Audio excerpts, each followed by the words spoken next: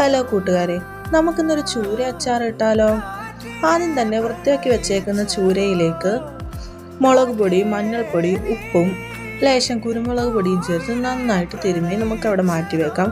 ശേഷം അതിനാവശ്യമായ വെളുത്തുള്ളി, ഇഞ്ചിയും 2 പച്ചമുളകും കൂടെ ചതച്ചെടുത്ത് വെക്കാം. പിന്നെ ഒരു ചട്ടി അടുപ്പിൽ വെച്ച് എണ്ണ ഒഴിച്ച് എണ്ണ നന്നായിട്ട് ചൂടാകുമ്പോഴത്തേക്ക് നമുക്ക് ചൂര കഷ്ണങ്ങളിട്ട് നന്നായിട്ട് ഇളക്കി യോജിപ്പിച്ച് അതിനെ നന്നായിട്ട് മൊരിയിച്ചെടുക്കണം. മൊരിഞ്ഞു വന്ന ചൂര കഷ്ണങ്ങൾ നമുക്ക് വേറെ പ്ലേറ്റിലോട്ട് മാറ്റാം.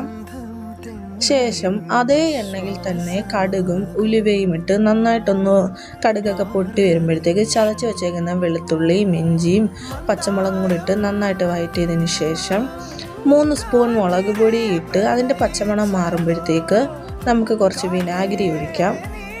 വിനാഗിരി വെച്ച് നന്നായിട്ടൊന്ന് ഇളക്കിയതിന് ശേഷം ആവശ്യത്തിന് ഉപ്പും കൂടി ഇട്ട് ആ ഗ്രേവി ഒന്ന് തിളയ്ക്കുമ്പോഴത്തേക്ക് നമുക്ക് ചൂര കഷ്ണങ്ങളിട്ട് നന്നായിട്ട് ഇളക്കി അതിനകത്ത് അരപ്പൊക്കെ പിടിക്കുന്ന രീതിയിൽ ഇളക്കിയെടുത്ത് വെക്കാം. അപ്പോൾ അടിപൊളി ചൂര അച്ചാർ ഇവിടെ റെഡി ആയിട്ടുണ്ട്. എല്ലാവരും ഒന്ന് ട്രൈ ചെയ്ത് നോക്കണം. വീഡിയോ ഇഷ്ടപ്പെട്ടാൽ എല്ലാവരും സപ്പോർട്ട് ചെയ്യണേ. അടുത്തൊരു വീഡിയോ ആയിട്ട് പിന്നെ കാണാം.